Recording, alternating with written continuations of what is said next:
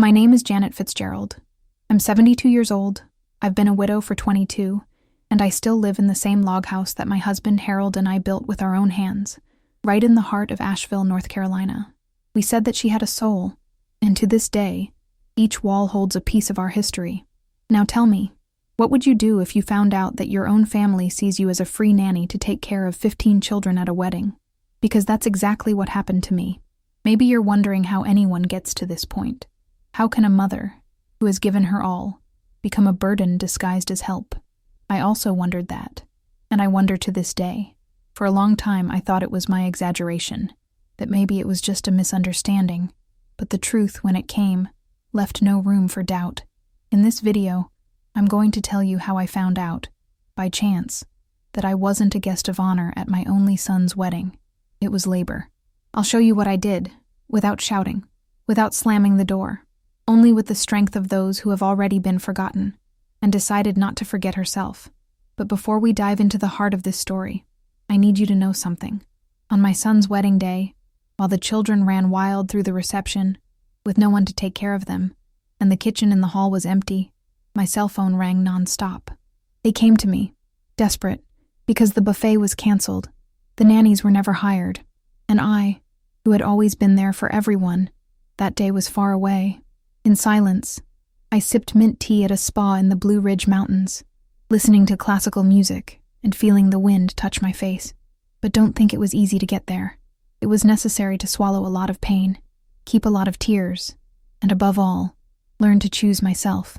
And if this story has already touched something inside you, if at some point in your life you also felt that you were given tasks instead of affection, that they put you to serve when the right thing would be to honor you, so I ask you, stay here with me. Leave your like, subscribe to the channel, and follow me in this outburst, because telling this is not easy, but maybe, together, we can turn wounds into strength, and silence, injustice. My son's wedding was to be at the end of April, at the church where he grew up, the same one where Harold and I exchanged vows so many years ago. When Matthew told me that he had finally asked Emily to marry him, my heart was filled with joy. I didn't know her that well yet, but she seemed polite, decisive, modern. I thought it was just her way. And when he said that the wedding would be something simpler, intimate, as they called it, I felt like helping in some special way. It was then that the thought came to me, why not offer the buffet as a gift? Cooking has always been my way of loving. I'm not a woman of many hugs. I never was. But if someone comes into my house hungry, they leave fed. And it's not just food. It's history. It's nostalgia. It's all I have. I've done this my whole life. Why not do it now, on the most important day of my child's life? I offered it with a full heart, without expecting anything in return. I said that I would take care of the dishes, the starters, the desserts myself, and more, that he would also pay for the flowers. It's the least a mother can do for a child. I repeated so many times to my church friends that I almost convinced myself it was the bare minimum. I spent days and nights reviewing old recipes. My mom's peach cobbler, the herbed chicken that Harold loved, the little ribs with smoked sauce that Matthew ordered for birthdays. I made lists, budgets, called suppliers in Hendersonville and Greenville. Even Emily seemed touched. She hugged me one Sunday after the service and said, "Janet, you're an angel." I smiled, a little embarrassed. I always feel like this when people praise me, perhaps because I learned to give, but never to receive. The planning meetings began in the church itself. The team was small. Emily, her sister, a friend from college, and of course, me. Always me. Emily asked me to help with the decoration. Bows on the chairs, raw linen towels, aromatic candles with cedar essence, all very beautiful. I did everything with zeal, with the tips of the fingers and the bottom of the heart. But little by little, something started to bother me. Emily, when referring to me, never said, "my mother-in-law." It said, "Janet, from the buffet," or "Janet, who's taking care of the kids." Yes, she said it in a light tone, but the repetition hurt me. Once, in the meeting with the decorator, someone asked if I was going to wear a special dress. Emily replied, laughing, "Oh, she's going to be in the kitchen, right? I don't even know if there will be time to get ready." And he laughed, as if it were a joke. But no one laughed anymore. At the time, I did what I always did. I lowered my head and continued writing down the measurements of the tables. Another time, a supplier asked, "You are the mother of the groom, right?" And before I could answer, Emily said quickly, "Yes, but she's helping us with everything. She's the one who is solving the food part, the organization, like our super partner." Super partner.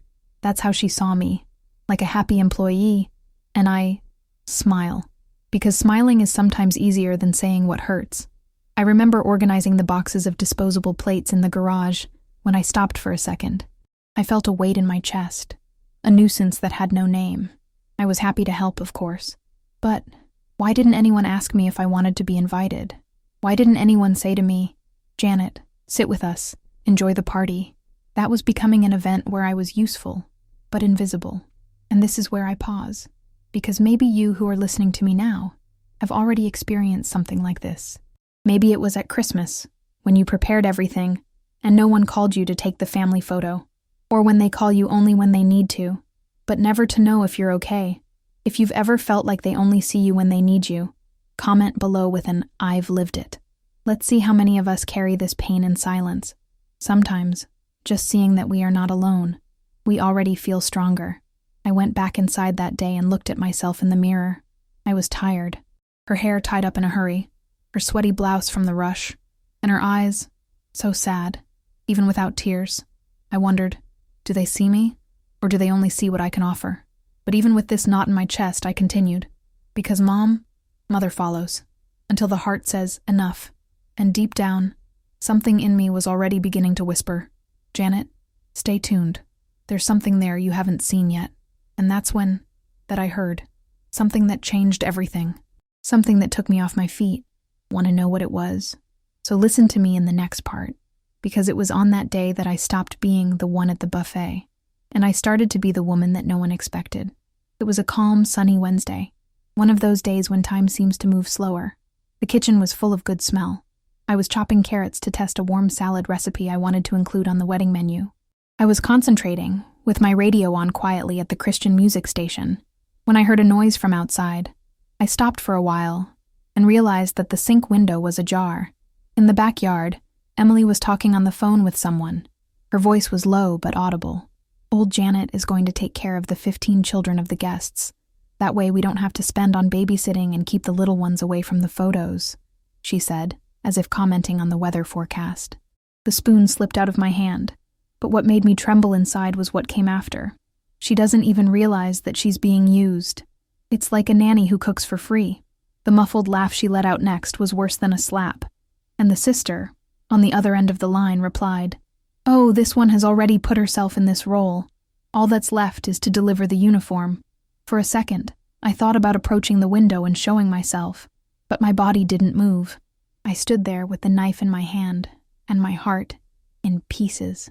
I felt a pang in the pit of my stomach, as if something inside me had been torn.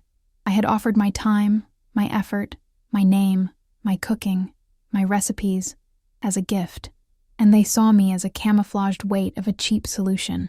Not as a mother-in-law, not as a mother, not as a family, but as labor, gratuitous, disguised as darling. I went up to the room with trembling legs. I closed the door slowly, as if I didn't want to wake up the ghosts that live in my memories. I sat on the edge of the bed and stared at Harold's picture frame. He was there, smiling with that serene look, holding me by the waist on the day of our 30th wedding anniversary. I wanted him to be there so badly, because if there's anyone who really saw me, it was him. I wondered, sitting there, if I was blind, or if I just did what I've always done, put myself last, and believe that love was this. Love was to serve. To love was to solve. To be good was to accept. I stood there for hours, doing nothing. The radio was still playing in the kitchen, the carrots were on the board, and I was in pieces. And do you want to know what was worse? I didn't cry, not a tear, because the pain was so deep that it didn't flow. I just got stuck, squeezing. That night, I made dinner as if nothing had happened. Matthew called to confirm the table arrangements and ask if I could get some ribbons in the center. I said yes, in the same sweet voice as always. Inside, my soul whispered, "They don't know what they've done." But at that time, I still didn't know what to do with it. I just knew that something had changed. that Janet who said yes to everything. Perhaps he was giving way to another woman, one that was beginning to see the truth with new eyes. And what would I do with this truth? Oh, this is what no one expected. Neither do they. And maybe, me neither. That night was long. After I heard those words, "She doesn't even realize she's being used," I slowly went up to my room, as if carrying a tiredness that is not physical on her legs. I closed the door carefully, more out of habit than necessity. The house was silent, but inside, it was just noise. Her phrase repeated in my head like a cruel echo, like a drum beating slowly but firmly. I sat on the edge of the bed and looked at the nightstand, where Harold's picture frame is, and next to it a photo of Matthew with 5 years old, wearing the dinosaur costume on Halloween. He was afraid of the dark at that age. I slept with the door ajar for him to see the light in the hallway, and now, he was the one who erased mine. I held the frame with both hands and tried to find some excuse. She must have paid lip service. He must have exaggerated. Maybe it's not that serious. But the laughter, that mocking laugh of Emily's, that was what I wouldn't let myself forget. It wasn't just what she said. It was the tone, the certainty that she could talk about her mother-in-law as if she were talking about an object. I, who was there every day, offering myself whole, staying up all night testing recipes, taking care of everything, with affection, with zeal. I was just a cheap solution, a babysitter, a cook, a helpful old woman, nothing more. I lay down without turning off the light. I stared at the ceiling, trying to remember when I started to disappear. Did the Janet from before still live inside me? The one who laughed out loud, who danced in the backyard with Harold, who wore red lipstick just to go to the market. Had she died? Or was she just asleep, waiting for someone to call her by the right name? I cried alone. I cried silently. I'm not one to make a scene. I never was. And even in that pain, I still felt ashamed of myself. Shame for having believed, for having offered so much without anyone asking. Deep down, I knew. No one asked. I was, as I always was, trying to be useful to fit in. The next day, I got up early. I made coffee as always. I beat dough for vanilla cookies, spread it in the pan, turned on the oven. Each movement was mechanical, as if the body already knew what to do when the soul is lost. The hands made. To not let the heart speak. When the phone rang, it was Matthew. His voice came light, unaware of the gulf that lay between us. "Hi, Mom. Did you see the ribbons to tie to the chairs?" Emily was thinking of putting gold instead of cream. I said yes, of course. "It's great, honey." And he continued, talking about the hall, the flowers, the rehearsal of the ceremony. I listened to everything attentively, with tenderness even, but it was as if he were behind a glass. None of that touched me anymore. Something inside me was breaking, but on the outside, I was the mother of always, the one that says yes, the one that solves, the one who understands everything. I hung up the phone, took the cookies from the oven, and left them to cool in the window. The smell filled the house, but I couldn't console myself. I sat on the couch with my hands in my lap, and I stayed there, in silence. No, there is a kind of sadness that doesn't make noise. She just touches you and stays. It's like a heavy sheet. You carry it, without anyone seeing. And as much as the world keeps turning, inside, everything stopped. But that afternoon, as I was looking at the kitchen wall clock, I noticed something different. It was as if something in me, something old that I had forgotten myself, was waking up. It was weak, but it was real. A spark, a desire not to accept. And then, something happened. Something that changed everything. You won't believe what my friend Martha told me when I told her. Because on that day, I stopped being silent, and I started planning. I couldn't pretend it didn't hurt anymore. I spent that night tossing and turning in bed, hugging a pillow that no longer smelled like anything, trying to understand where I lost myself. When the sun cleared the Asheville sky, I went straight to the kitchen, made a pot of fresh coffee, and dialed the number of the only person in the world who knew who I was, even when I forgot myself. Martha. Martha has been my soul friend since the days of the church summer camp. A retired teacher, she lives there in Boone, where the wind blows colder and the weather seems slower. When she answered, it didn't take more than a hello to realize that something was wrong with me. "Speak up, Janet. I'm here." And I did. I said it all. I told them from the beginning, about the recipes, The flowers, the plans, Emily's voice in the backyard, that phrase that cut me like a knife. She doesn't even realize that she is being used. I told everything in a low voice, holding back my tears. Martha didn't interrupt me once. He was silent the whole time, but it was not a silence of neglect. It was that silence that listens, that welcomes. In the end, she took a deep breath and said to me, with that sweet firmness that only those who have survived the world know how to use, "Janet, you're going to have to teach a lesson that this girl will never forget." I kept quiet, surprised by the phrase. I expected consolation, perhaps a retreat advice, but no, she didn't tell me to swallow it. She told me to show her, show with dignity, with class, with silence. No need to fight, Janet. No need to shout. Just disappear at the right time. Let them feel your absence. Those who only see you as a help need to learn to miss you as a presence. And there, sitting at the table with my cup of warm coffee, I felt something inside me change, as if someone had lit a candle in a dark room that I had already forgotten. She spoke of a place called Lakeview Spa in the Blue Ridge Mountains, a place she used to go when she wanted to take a break from life. "I'll go with you. Let's go on the wedding weekend. You won't cook. You won't take care of children. It will breathe." I laughed for the first time in days, and in that laugh, I knew I was not going to accept it anymore. I was no longer going to serve a tray to those who saw me as a nanny for hire. We spent the morning planning. She was going to take care of the reserve, and I was going to take care of my peace. I canceled the delivery of the briskets, the salads, the pies. I called the florist and asked him to suspend the arrangements. All with education, all firmly. No scene, no explanation. Just I had to change plans and nothing else. Meanwhile, on the outside, I followed as always, sweet, helpful, kind, but inside, I was saying goodbye to that version that said yes so as not to be forgotten.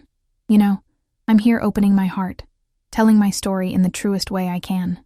If you're on the other side listening to me, leave a like on this video and subscribe to the channel, because I still have a lot saved to tell you.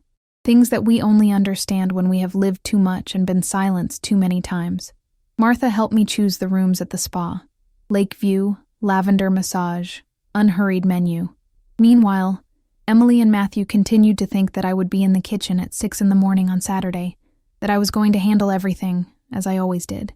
But what they didn't know, it's just that I had learned the difference between helping and canceling myself, and that for the first time in many years, I was going to choose for myself. Only one thing was missing. A farewell. One last word. Not for them, but for me. And that's why that I wrote that letter. The letter I left on the table. And what I wrote in it. It was what no one expected. That week, as Emily and Matthew chattered about their wedding schedule, I was across town, my notebook in hand, and phone to ear, untying the knots I had tied myself. The first call was to the butcher shop. "Good morning, dear. This is Janet Fitzgerald. I need to cancel that order of 150 servings of brisket." "Yes, I know, but plans have changed. I thank you for everything." He tried to insist, offer me a discount, but I was firm, politely. His voice no longer trembled. Then I called Patty from the bakery in Waynesville. The blueberry pies, the pecan pies. "You can suspend everything." "Yes, dear, there was a change. Thank you very much." Each call was like taking a brick off your back. I wasn't making a fuss, nor giving long justifications. I was just undoing what I once thought would make sense.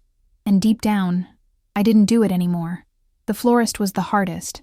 I had chosen each arrangement carefully. White lilies, eucalyptus, peach roses, things that reminded me of my youth. When I spoke to her, her voice came out a little quieter. "I apologize, but it will no longer be possible to continue with the arrangements." No, it was nothing serious. I just realized that my gift wasn't necessary. She tried to understand, but I ended with sweetness. "Trust me, dear. I'm fine." Martha, on the other hand, helped me take care of the practical part of the plan. She called the spa in Blue Ridge herself, secured the complete package. 3 nights, Lakeview, lavender massages, dinners served in silence. Just imagining the smell of the mountains and the noise of the water hitting the rocks. My heart was already resting a little. And me? I started folding my light cotton dresses, that light blue with hand-embroidered flowers, the yellow one I wore to my neighbor's grandson's christening, and that shawl my mom gave me before she left. I also took my book of poetry by Wendell Berry, a hardcover notebook, and a golden pen. I wanted to record everything my heart was feeling, not for anyone to read, but so that I would never forget myself. While all this was going on, I kept responding to the wedding group's messages with the same kindness as always. "Sure, Emily, you can leave the chairs to me." "Yes, dear, I've already reached for the napkin holders." They had no idea, no clue. I didn't change the tone of my voice.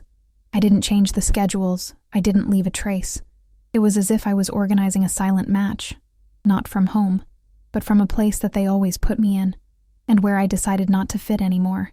On the Thursday before the wedding, I went to the back room, where I keep my old notebooks and my embroidered napkins. I took a firm sheet of paper, the kind I used to use to write birthday cards, and started the letter. "Dear Matthew." The pen glided calmly. I didn't want it to sound bitter. I wanted him to understand. That gesture was not abandonment. It was respect. For me, for everything I built with so much effort. I wrote each word as if I were sewing a patch on a very old fabric. A mother's love never dies, but he matures, and sometimes he learns to say no. I folded the letter, put it in a white envelope, and left it on the kitchen table, next to a tray of freshly baked cinnamon cookies. I closed the windows, watered the plants on the balcony, left the spare key with the neighbor, and when Martha arrived with the car, at 6 a.m. on Saturday, I took a deep breath. I got into the passenger seat and didn't look back. The road to Blue Ridge is long and quiet. The curves rise slowly, as if they were preparing us for another type of altitude, the one that is not of the feet, but of the soul. And as the sun rose through the trees, I looked out the window and thought, have they noticed yet? Did they open the door of the church and see the hall empty? No food, no flowers, no babysitter. Because what they didn't know, it's just that what I took away wasn't just my presence. It was the support, the structure, the invisible foundation that was always there, sustaining everything. And when that disappears, what's left? Oh, you won't believe what happened when the phone started ringing nonstop. On Friday, the house was so quiet that you could hear the sound of the pencil sliding on the paper. I sat at the kitchen table, in that end chair where Matthew used to sit when he came here as a boy, his feet dangling in the air, and his hands full of crumbs from my cornbread. I put a piece of firm paper there, one of those that I have kept for years only for occasions that really matter. I grabbed my blue ink pen, the one Harold gave me on our last birthday together, and began to write calmly. Dear Matthew. The words did not come all at once. I wrote, stopped, thought. I tore up the first draft. In the second, I was more sincere. He said I knew, that he had overheard the conversation in the backyard, that it wasn't a rumor, it wasn't a misunderstanding, that I heard with my own ears, the way they called me, the way they fit me into a plan that was never mine. I wrote that what hurt the most was not being called a nanny or a cook for free. It was realizing that no one asked if I wanted to. If I wanted to be there as a guest, as a mother, as part of the celebration, and not just as a support of convenience. I also wrote that I love it, because I love it. I love my son, even when he makes mistakes. I love this family, even when they don't see me. But that I learned, with life, with losses, with silences, that loving others can no longer mean ceasing to love myself. And that's why I decided to stay away from that event. Not out of revenge, but for dignity. I ended the letter by saying, you will not see me at the altar, or in the kitchen, or surrounded by children who are not my responsibility. But know that I'm fine. I'm where I deserve to be. In peace. Good luck, my son. From the heart. I signed with my full name, Janet M. Fitzgerald. No, mother. Not a helper. Janet. A whole woman. I folded the sheet slowly, put it inside the envelope and sealed it with a small piece of golden ribbon left over from the wedding invitations. A small detail, just to remind me that I still knew how to be elegant, even when I was said goodbye in silence. I left the envelope right in the center of the kitchen table. He was going to see. Sooner or later, he would see it. I finished packing my suitcase. I put on my medicines, my lavender moisturizer, 2 new panties that I bought just for the occasion, and a pearl necklace that I hadn't worn in years. Today is for me, I repeated softly. For the first time in a long time, there was no guilt in this thought. There was relief. The next morning, at 6 o'clock sharp, Martha parked the car in the driveway. We hugged each other without saying anything, and we set off. The Blue Ridge Mountains greeted us with light mist and the smell of pine. At every turn in the road, I felt as if I were walking away from the pain. Not to run away from it, but to look from afar and understand. Because sometimes it is in the distance that we see clearly. On the way, I looked at Martha and said, "Funny, we spend our lives waiting to be seen, and one day she realizes that she just needed to see herself." She shook my hand and smiled.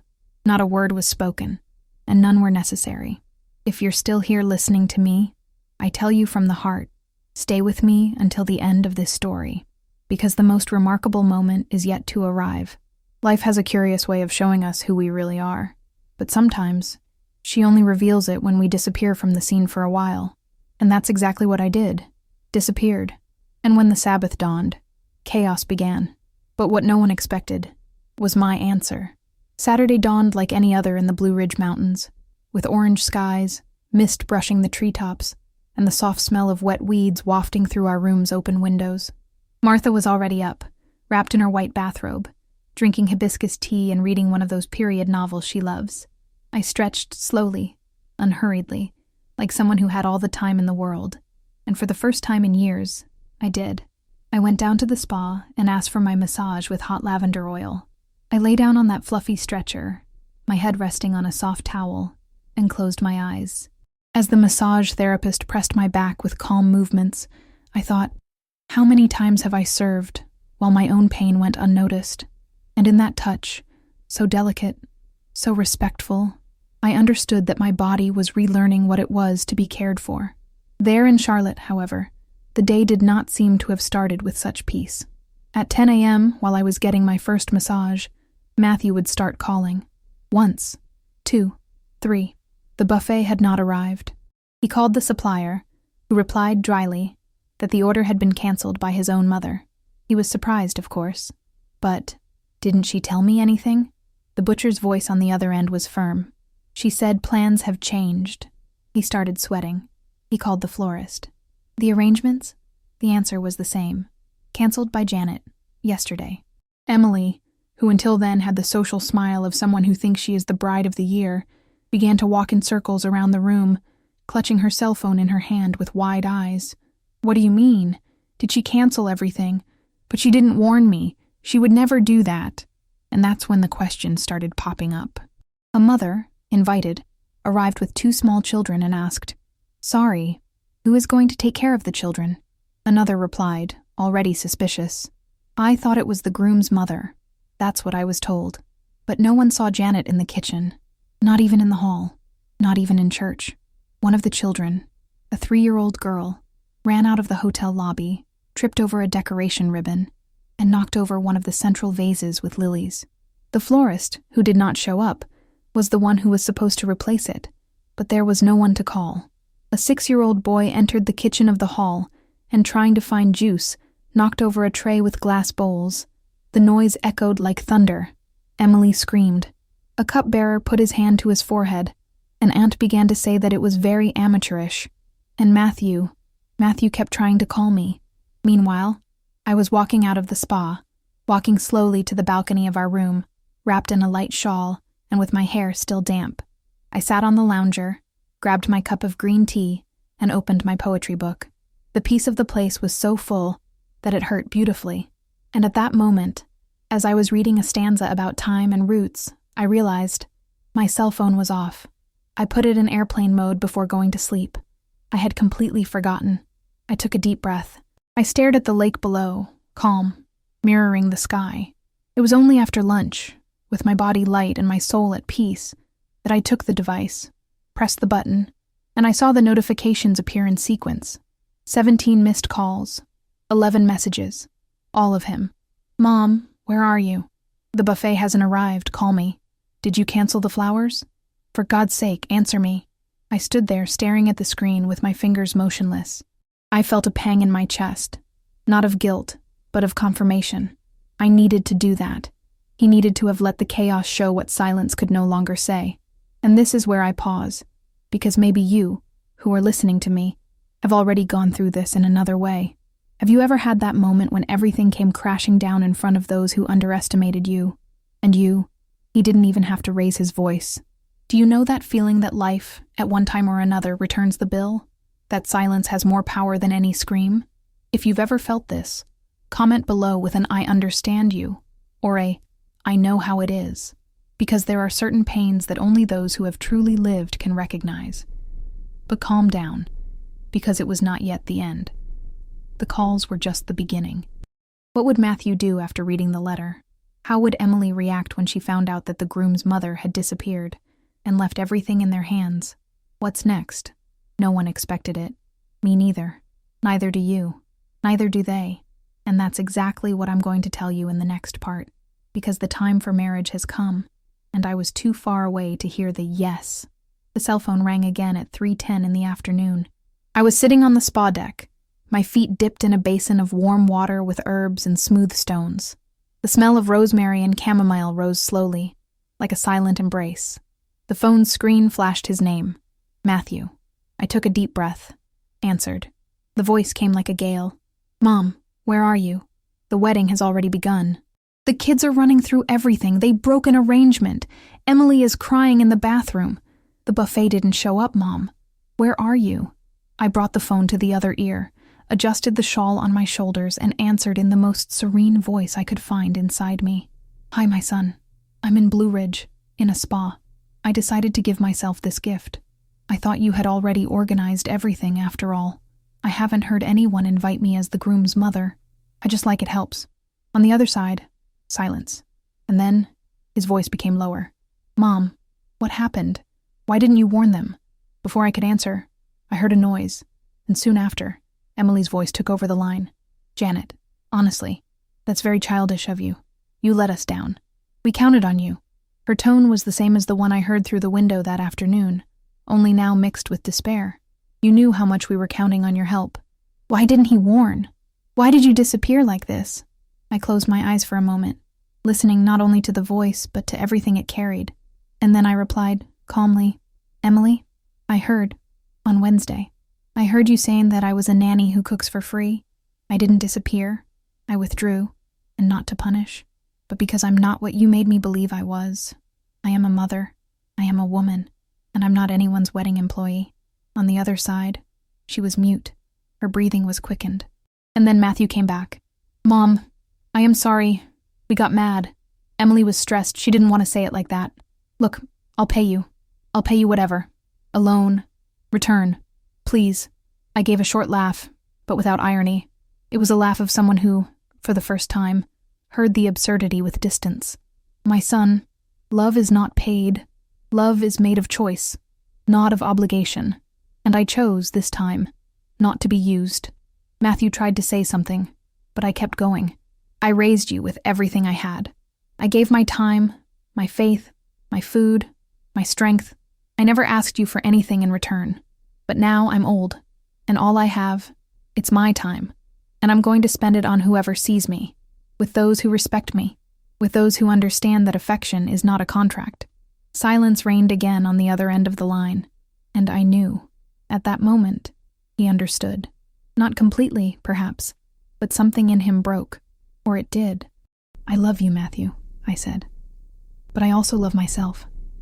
And today, for the first time in many years, I chose myself." I calmly hung up. I didn't hit the phone. I didn't cry. I just put it on its side and dipped my feet back in the warm water. The world outside was on fire, but I there was at peace. But what happened after that call? That. No one could have imagined. Not even me, because the marriage did not end as they expected. And Emily's response. It went far beyond what anyone expected to hear. After the call, I left my cell phone on the wooden table at the spa, turned off once again.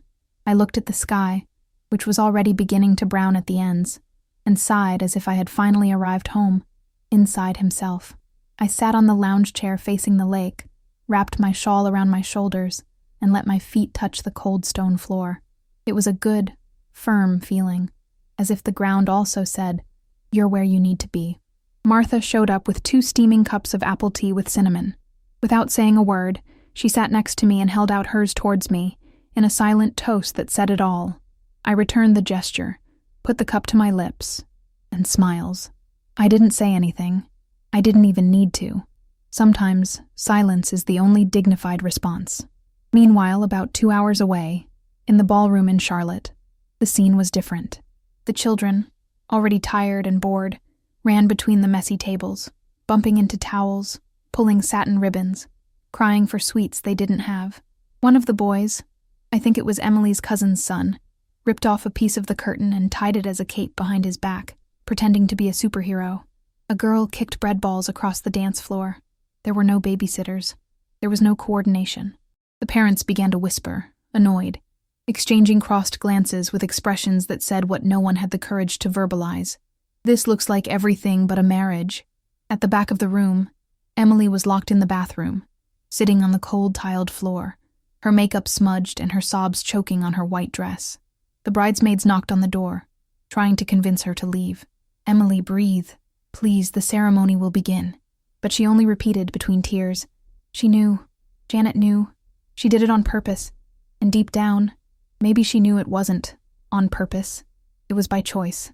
A choice she never imagined that sweet and silent lady would have the courage to make. Matthew, in turn, stood next to the altar, looking at the clock, and the hall that, although full of people, seemed empty. Empty of meaning, of care, of truth. He looked at the benches and felt the absence. Not the food, not the flowers, not the babysitter, but the woman who was always there. The absence of his mother, at that moment, was the loudest echo in the room. It was the most glaring presence. Next to me, Martha opened a packet of buttery cookies. He offered me one, and we stood there, two silent ladies, savoring each bite as if chewing memories. "You know," she said suddenly, "it's going to take them a long time to understand. But when they understand, it will hurt, and it will heal." I nodded slowly, with that mixture of sadness and certainty, because I knew that sometimes the only way to teach is to let it be absent. And if this piece of my life can become a mirror or a hug for someone, help me carry it forward. Like and subscribe here to the channel. This makes more difference than you think, especially for those who have lived a lifetime saying yes when their heart asked to say no. We learn, even if it takes time, even if it hurts. There, in front of the lake, I saw a white heron perch on the rocks. I kept looking at that quiet, firm, light bird, so different from the rush I've always lived. It was as if finally I understood what it was like to be in the right place, with the right soul. But what I didn't imagine is that absence, it would become a subject for many more people than I thought. Because when the groom's mother disappears without warning, not everyone can keep quiet. And what happened the next day left marks. Marks that to this day, no one has forgotten. By the end of the afternoon, the hall no longer looked like a place of celebration. It looked like the scene of an accident in slow motion, where everything was falling apart little by little, before the eyes of those who thought they controlled everything. The DJ played random songs, trying to keep some energy in the environment, but the sound echoed strangely, as if the wall itself was ashamed of what was happening. The children ran wild, catching deflated balloons and throwing them at the guests. Some parents, embarrassed, began to get up and leave early. A great-uncle grumbled loudly near the door. "I've never seen such a thing. The groom's mother didn't even show up. This is a fiasco." And he left without looking back. In the corner reserved for the godparents, there was tension in the air. Two of them were discussing the delay of the ceremony, who should have controlled the children, the lack of food, and even the schedule. One of them, visibly angry, said, "This has become a joke. And Janet? Why did he disappear? She was the one who was taking care of everything." The answer came with a heavy silence, because no one knew what to say. Or rather, some knew, but did not want to be the first to admit it. Emily, already recomposed on the outside but destroyed on the inside, came out of the bathroom with her dress crumpled and her makeup hastily redone. He went to his sister and asked, through gritted teeth, "Are you sure she didn't know? That conversation of ours, in the backyard, do you think she listened?" The sister, paler than before, hesitated. Maybe she did. I saw the window open that day, and she was in the kitchen." Emily widened her eyes. She was silent for a moment, then uttered the sentence that Matthew heard from afar. She heard. She heard everything, and she took revenge. Matthew, who was talking to one of the suppliers, stopped right away. His head spun as if he was being slapped invisibly. He approached slowly and asked in a low voice, "Hear what?" Emily froze. The sister tried to explain. "It was just a joke, Matt. We were nervous, talking nonsense. No big deal." But it was too late. He was already pulling from his memory the muffled laugh, the nanny who cooks for free, she doesn't even notice. And suddenly, the letter on the table made perfect sense. The absence of the mother, the calmness with which she hung up the phone, the safe voice, the gentle refusal. That woman he thought would be there until the end, without ever complaining, had been absent. For the first time, it had ceased to be the pillar, and it was only then, just at that very moment, that he felt what it was like to lose a foundation. Because when the spine comes out, the ceiling collapses. It was at that moment that Matthew picked up his cell phone and began to receive new messages. Older relatives, uncles, cousins from abroad, all asking, "Where's your mother? Why didn't she come? I heard she canceled the buffet. Is that true? What's going on?" He tried to answer evasively. He said she didn't feel well, that he had to travel at the last minute. But the truth was already spreading through the halls. Because rumor, my son, rumor does not need proof. He just needs a void. And there was a moment, around 7 o'clock at night, when Emily sat on the edge of the altar and put her head in her hands. There was no photographer anymore. The guests were leaving with bags of fast food that the ceremonial had to hastily provide. The children slept sprawled in the pews of the church. And there, in that scene so different from what she dreamed, she said softly, "I thought she was going to swallow it, as always, and for the first time, understood that it was not, because there is a time in life when even the meekest heart learns to protect itself, and when he learns, my dear, there is no turning back. There is silence, there is absence, and there is that kind of lesson that no one forgets." I know it seems like this story has already reached its strongest point, but listen well to what I'm telling you now. What's next? It will change everything, because someone from that party, he decided to look for me, and what this person told me. To this day, it echoes in my thoughts. I returned home on Sunday morning. The sun was still lazy, peeking through the clouds, and the smell of old wood on my balcony gave me that silent hug that only our house knows how to give. I opened the door slowly, left my suitcase in the corner of the living room, and went straight to the kitchen, where it had all started. The table was still as I left it, empty, with Harold's picture frame smiling in the background, and the letter I wrote already out of place. Someone had caught it. Someone had read it. I sighed. I can't explain it, but I felt a strange calm, as if the chaos had passed, and now only the echo remained. I prepared my latte, cut a slice of bread with raspberry jam, and sat at the table in silence. That's when the cell phone vibrated. I picked up the device, thinking it would be another cold message, perhaps from some distant relative wanting to better understand what happened. But no, it was an unknown number. The message read, "Mrs. Fitzgerald, I hope I am not being inconvenient. I'm Carol, mother of little Ava. I went to the wedding yesterday. I just wanted to say that what they did to you was shameful. We, the parents of the children, were told that the lady would take care of all our children. No one volunteered. It was a trap, and I saw in Matthew's eyes that he knew. Sorry if it's invasive, but I thought I should say that not everyone agrees with it. I read that message about 4 times, unable to breathe properly. Her words pierced me with a force I didn't expect. It wasn't just the outrage. It was the fact that someone had seen it, someone from outside, someone who didn't owe me anything, who wasn't part of my pain, but who still stopped to say, "I saw it, I recognize it."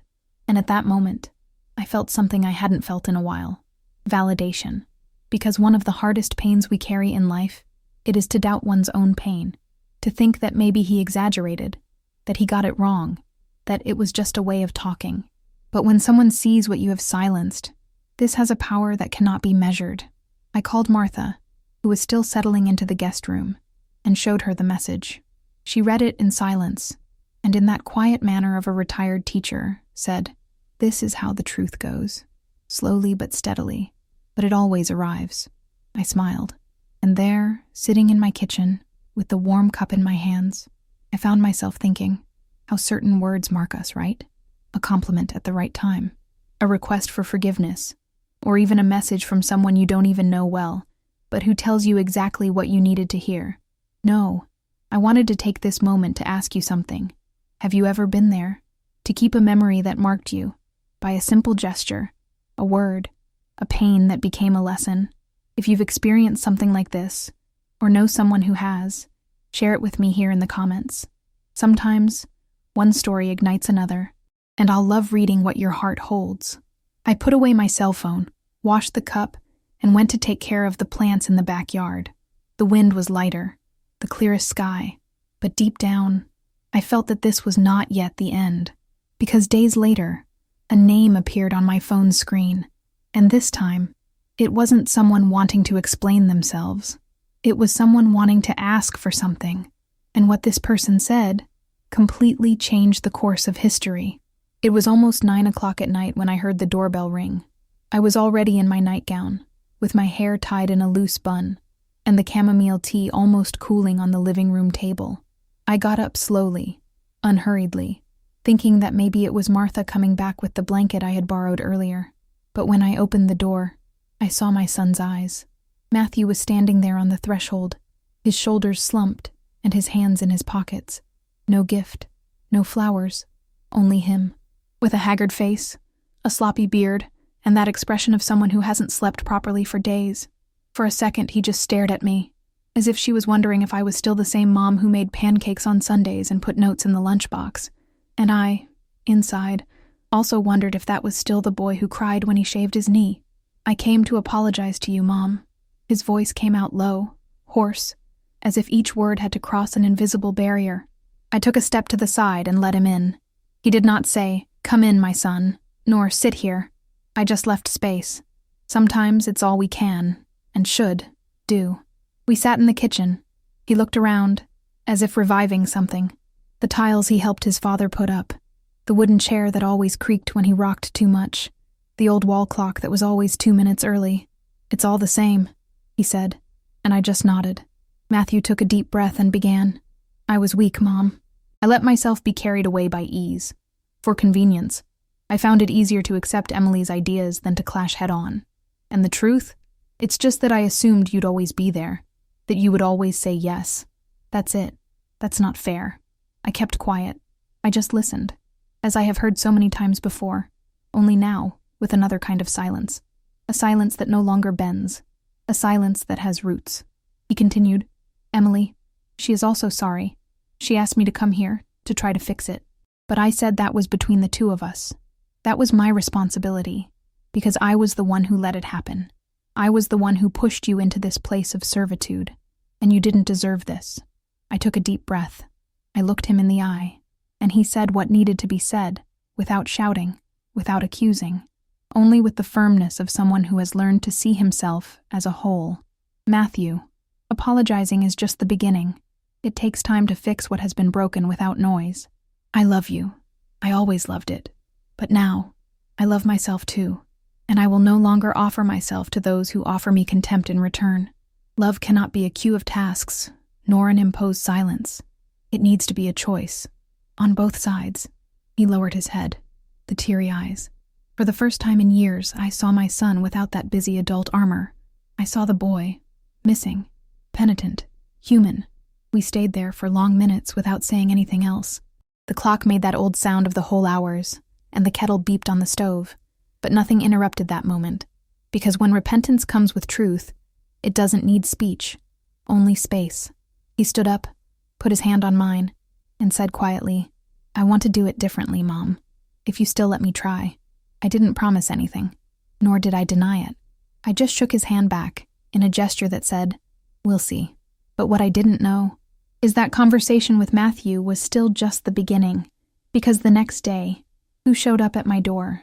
It was her, Emily, and what she brought in her hands, it changed everything I thought I knew about repentance.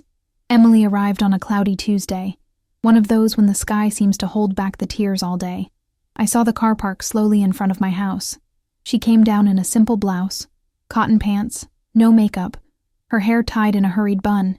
It seemed smaller, Not in size, but in presence, as if he carried the weight of someone who lost control of his own narrative. He walked to the gate slowly, stopped in front of him for a while, and then rang the bell. When I opened the door, she had her hands clasped in front of her body, as if asking permission to enter a sacred place. And in a way, that was it. I invited her to sit in the backyard. I prepared 2 glasses of water. No coffee or cookies. Some visits require only what is necessary. We sat under the shade of the ipe, which was already beginning to release its yellow flowers on the ground.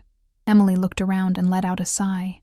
"I always thought it was beautiful here," she said, as if she were a tourist returning to her hometown.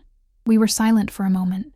Then she took a breath, put the words together, and began, "Mrs. Fitzgerald, Janet, I wanted to apologize. Really, that conversation in the backyard, it was a joke between sisters. We talked nonsense. I didn't mean that." I stared at her firmly. I waited another second before answering, and then spoke quietly, but without hesitation. It was no joke, and even if it had been, it was cruel. She blinked quickly, swallowing. "You didn't call me mother-in-law. You called me the old woman who doesn't even realize she's being used. This is not a joke. This is a thought that slipped through the mouth. And do you know what the problem is, Emily? That's not what you said. That's what you thought I deserved." Emily stood still. Her eyes looked for somewhere to hide, but there was nowhere to go. There, in my backyard, surrounded by the flowers I planted myself, she was naked with vanity. For the first time, without the perfect bridal veneer, without the rehearsed script. Just an ordinary woman who made a big mistake, and now I needed to look at it without makeup. "I got lost," she said at last, her voice breaking. "I wanted everything so beautiful, so right. And I started to treat people as pieces, as if the important thing was the scenery, the photo, and not who was there." I looked at her, and for a moment, I saw not the woman who hurt her, but the scared girl who was still trying to prove something to someone. And I understood. I didn't justify it, but I understood, because I was also young. I've also tried to please the world, even if it cost me the hearts of others. "Can you cook, Emily?" I asked suddenly. She shook her head. "More or less." Then I smiled in the corner and said, "Yes, I know. And yet, on your big day, I wasn't invited to sit down and eat. I was cast to cook, to take care of 15 children, as if my function in your story was to make everything seem perfect, without me actually being present." She nodded, her eyes teary. "I messed up, Janet, and I know there's no turning back. But if there's any way to start over, I want to try." I took a deep breath. I looked at the sky, which was beginning to open a sliver of light among the clouds. New beginnings do not come with words. They come with posture. They come with the way of entering a house, of treating a table, of listening to silence. She nodded again, and I knew that this conversation was not about immediate forgiveness. It was about seed. And seed needs time, good soil, and silence to germinate. She got up, thanked her, and left without haste. He didn't ask for a hug. He did not force intimacy. She just let the gate close behind her with a light click, and when the sound disappeared, I stood there, with a strange feeling in my chest, because sometimes justice doesn't come with punishment. It comes with awareness, and this, it stays for life. But what I never expected, it was that, a few days later, an envelope would arrive at my door, an invitation, and the name that was printed there. It was not what I imagined. That Sunday morning, I put on my navy blue dress, the same one I wore at Harold's masses, and went to church without telling anyone. I didn't send a message. I didn't call Martha. I didn't even talk to the neighbor. I just got in my car, quietly turned on the radio to an old hymn station, and let the road to First Baptist lull me like an old habit you never forget. The street of the church was full, as always. I parked next to the rose bush that I planted myself years ago, and for a moment I stood alone there, with my hand on the wheel, looking at the white building with tall windows that had seen me age, fall, and start over so many times. I sighed deeply, adjusted the bag on my shoulder, and entered. The community meeting had already begun. It was the preparations for the fall retreat, and the new generation of the church was excited, full of ideas and spreadsheets. When I crossed the door of the adjoining hall, some heads turned, One or two whispers ran through the room, but it wasn't gossip, no. It was astonishment, surprise, and to my surprise, admiration. Rose was the first to come towards me. A lady of my age, always firm, always sober. She held my hands tightly and said, with that little smile that looks like a disguised ear tug, "Janet, we always thought you were too good, but now you have shown that kindness also knows how to say no." It was the most beautiful thing I've seen in a long time. Others approached, some younger, others more experienced, and little by little, without me expecting it, the wheel formed around me. They wanted to listen. They wanted to understand how a woman who has always been at the service of others had the courage to finally put herself first. And I counted, not with pride, not with sorrow, but with truth. He said that love is not slavery, and that boundless kindness becomes a chain. He said that a woman only finds peace when she stops begging for crumbs of recognition, and that it's never too late to look in the mirror and say, "Enough is enough." After the meeting, the group coordinator called me in a corner. She said that they were wanting to form a conversation circle with younger women, mothers, wives, caregivers, and he asked if I would be up for guidance. I, who thought I had already given everything I had, I discovered there that there was still so much to share. But now, not as someone who offers to carry the piano alone, rather, as someone who shows where the score is and helps the other to learn to play. For the first time in years, I felt useful not for what I did, but for who I was. I left the church lighter. The wind was blowing steadily, and the leaves were beginning to change color. On the way back, I turned on the radio and began to hum an old hymn, the one my grandmother sang while she sewed. And it was then, in the middle of that song, with a warm heart and my hands firmly on the steering wheel, that I realized there are things that we live and keep, but maybe telling, we help another heart to breathe. So if you've come this far and felt something, even if it's small, like this video and subscribe. Let's make this story reach those who need to remember that there is still time to choose. I parked at home with my soul washed. But as soon as I entered, I saw an envelope on the living room table. Thick paper, handwritten name, Matthew. My heart tightened, but I opened it. Inside, there was an invitation. But it wasn't for a party. It was for something much more difficult and much more true. And what was written there made me sit slowly in the kitchen chair, take a deep breath, and understand that the story was not yet over. The simple white envelope contained few words, but each one of them weighed like gold in my hands. It was an invitation to dinner, signed by Matthew and Emily. No justification, no dramatic appeal, just a simple gesture, an attempt. I took a deep breath before accepting. It took me 2 days to respond, and when I did, it was with a yes, with joy. But inside me, the old heartbeat as if it were crossing a new bridge, firm but unknown. The dinner took place on a cool October night, with the leaves painting the sidewalks red and orange. Their house smelled of vanilla candles and bread baking in the oven. Emily greeted me with a small but sincere smile. Matthew hugged me with a care I hadn't seen since he was a boy. The table was set with affection. Folded napkins, a little flower in a glass, and the rocking chair, mine, brought from the garage just for me. I didn't have to ask. I noticed it in the details. We ate between light conversations. They asked about the church, about Martha, about the plants on my balcony. Emily commented that she read an old cookbook and remembered me. I said little.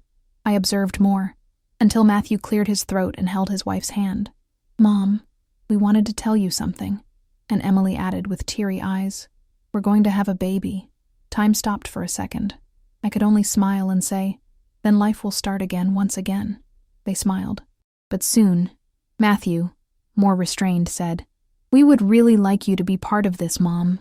But your way, weightless, no charge, without repeating what has already hurt." Emily nodded.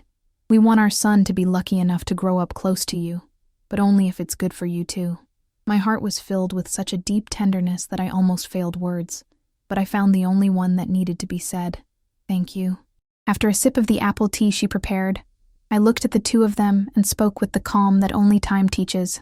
I will be the grandmother who has a life of her own, who loves, but who does not live in function. That helps, but does not erase itself. And if so, with respect, I will be around with joy. They nodded. And in that gesture there was not the slightest shadow of irony, nor of doubt, only welcoming, only understanding. For the first time, no invitation hid obligations. Not a word was loaded with disguised expectation. Everything there was clear, simple, and for this very reason, true. As I left the house that night, the sky was clear, dotted with tiny sequined stars in a dark veil. The air was fresh, and inside I felt a serene peace. The road back looked different. Maybe it was just the reflection of the lighthouse on the golden leaves. Or maybe it was me, lighter, more whole, freer. No, there is a kind of love that suffocates, and another that liberates. And sometimes we spend a lifetime trying to please the first, when the heart just needed to learn to wait for the second. It took me to reach the age of 72 to understand that true love does not require sacrifice. It requires presence with will. And if you've heard me this far, is because the most remarkable is yet to come, because the gift I got that night, it wasn't just the announcement of a grandson. It was something that came soon after by letter, a surprise that made me cry in a way that I hadn't cried in a long time. It was Martha who planted the idea on a lazy winter afternoon while we were sipping hibiscus tea and shortbread cookies on her balcony in Boone. We were remembering an old cornbread recipe my grandmother used to make when she blurted out of nowhere, "Janet, you should write this. Not only the recipes, but the life behind them. The pains, the choices, the courage to say no." At first, I laughed. She said that she was not a writer, that she only knew how to mix flour with affection.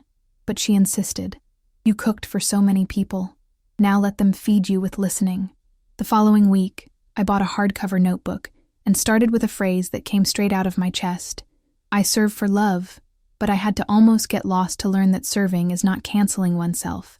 And from then on, the words began to flow like warm caramel sauce. I wrote about Harold, about my young son holding my skirt while I kneaded pasta, about the afternoons when I cried hidden in the kitchen and still delivered dishes full of coziness. I wrote about faith, about the yeses that cost me dearly, and about the first no that freed me. The title came as a whisper from the heart. Cooking with love, serving with dignity.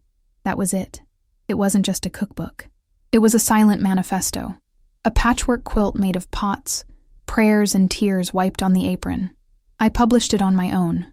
Nothing grandiose, just enough to pile on a small shelf at the local bookstore here in Asheville, where I've always bought my Sunday novels. The owner, Meredith, read the manuscript even before printing and insisted, "Janet, you can't hide this from the world. Let's have an autograph night." I accepted with my heart racing. I thought half a dozen acquaintances would show up, but when I arrived at the bookstore that Friday, the hall was full. Women of the church, young mothers, ladies of other generations, all holding the book with affection, as if holding a tray of memories. At the end of the line, a white-haired lady tied up in a simple bun cried silently. When it was my turn to sign, she held my hand with both of her hands and said, "You wrote my life in this book." I didn't know anyone understood. I smiled, unable to speak for a moment. And at that moment, I understood. For the first time, I wasn't serving dinner. It was serving a story. And for the first time, they were serving me back with respect. I went home that night with my chest warmed in a way that not even hot soup can do. The house smelled of new paper and old hope. I sat in the living room chair, with my feet covered by a thin blanket, and closed my eyes. I saw myself there, at 72, after being silent for so long, small, invisible, now being read. And more than that, heard. Is there anything more beautiful than that? But little did I know that there was still one last page to turn, one that wasn't in the book, but in the heart of someone who I thought had already said everything he could. And it was this someone who, days later, came to my door, with something I would never have the courage to ask for. The invitation arrived in a small, delicate box, with a light blue ribbon wrapping around the lid. Inside, a handmade card, with pressed flowers and neat letters. Renewal of vows, 1 year of marriage, guest of honor, Janet Fitzgerald. I closed my eyes for a moment. I took a deep breath, and I confess, I had to sit down before continuing reading. It wasn't for the event itself. It was for the gesture, by the choice of words, for the delicacy of someone who once called me the old woman who doesn't even realize she's being used. And now he offered me a place of honor. The day arrived with clear skies, without a cloud. I chose a light blue dress, the same shade of the hydrangeas that Harold planted in the backyard, hair tied back with a pearl bobby pin that I've kept since my sister's prom, and a light lavender scent, because elegance lies in the detail. I didn't take platters. I didn't take dish towels. I didn't take an agenda with tasks. I only took myself, whole, present, free. The ceremony was simple, in the garden of their new house. An arch of white flowers, rustic wooden chairs, and children playing without anyone looking at me, waiting for me to call them back. Emily greeted me with a long hug. No rush, like someone who apologizes with his body. Matthew kissed me on the forehead and said, "Today, you just sit down. Nothing more." And so it was. They put me at the head table, next to them, in a chair with a comfortable cushion, with a glass of fresh lemonade already waiting for me. I saw the aunts whisper, but this time, it wasn't out of astonishment. It was out of admiration. I heard when one of them said quietly, "She's turned the tables," with silence. When it was time for the vows, Emily spoke beautifully, in a firm voice. He spoke of mistakes, of growth, of how love needs to learn to bend down to ask for forgiveness before growing again. And then, Matthew turned to me. With teary eyes, he said, "I grew up watching my mother serve. The house, the church, to me. And for a long time, I confused love with availability. I confused respect with obligation. But I learned, with her, that love without respect is abuse with a beautiful name, and that we only learn to be adults when we stop waiting for our mother to solve everything. Today, as I renew my vows with Emily, I also renew my commitment to be a better son. And Mom, thank you for teaching me without screaming. Thank you for saying no with so much love." Silence. Only the wind was heard stirring the leaves of the trees. Emily held my hand. She looked me in the eye and muttered, "Thank you for standing up when we put you down." At that moment, my soul settled. As someone who, finally, finds the right place at the table of life, it was no longer the mother who does everything, not even the lady who turns off so as not to bother.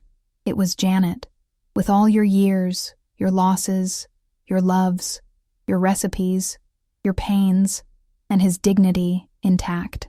And there, in the middle of that small party, I understood that life sometimes organizes ceremonies that no priest, judge, or pastor can plan. They are silent but profound celebrations, where there is no guest list, only real presence.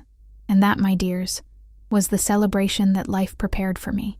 But before the night was over, something still happened, something I never expected, and that I keep to this day as my greatest gift.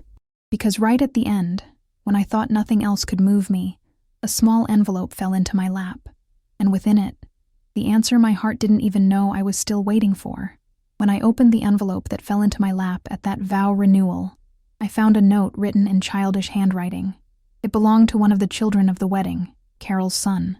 It read, "Aunt Janet, my mother said you are very brave. One day I want to be like you." I kept that paper as if I were keeping a jewel, because there, in that simple note, was the reflection of what my life has become. Today, I look back with tenderness, not regret. Matthew and Emily went on with their lives. They now have a daughter, Lily, who calls me Blue Grandma because of the dress I wore that day. When we meet, there are no more disguised expectations, only presence, real love. I also follow. I continue to go to church on Sundays, writing short chronicles for the city newspaper, and helping other women to listen to themselves before they donate. I spent my life saying yes, thinking that this was love. But I learned, at the age of 72, that true love knows how to retreat. He knows how to choose himself. I discovered that silence is not weakness. It is strength that does not need to show off. If I had gone to that wedding, I would have left empty, with my hands full of plates and my heart dry. But when he didn't go, I came back to myself, and that was my greatest reunion. Today, I am a grandmother. I am an author. I am a counselor. But above all, I own myself, and it doesn't matter how old we are. If we can still choose ourselves, then you can still start over. If this story touched your heart in any way, take it with you. Sometimes we just need to hear that we are not alone to start changing. Thank you for sticking with me this far. Your company is worth more than I can say. Enjoy this video as if giving a tight hug to someone who opened his chest to tell everything. And subscribe to the channel, which is like an invitation to come back for another coffee with me when my heart asks for it. Tell me in the comments of which city you are watching. Who knows, maybe we will discover that our stories intersect more than we imagine. And it activates the bell, see? That way you don't lose when the coffee is brewed again. Don't go away yet. Listen to the next true story that will appear on the screen. Always remember, each wrinkle tells a story, and each story carries a strength. Watch the next video here on the channel with another incredible story.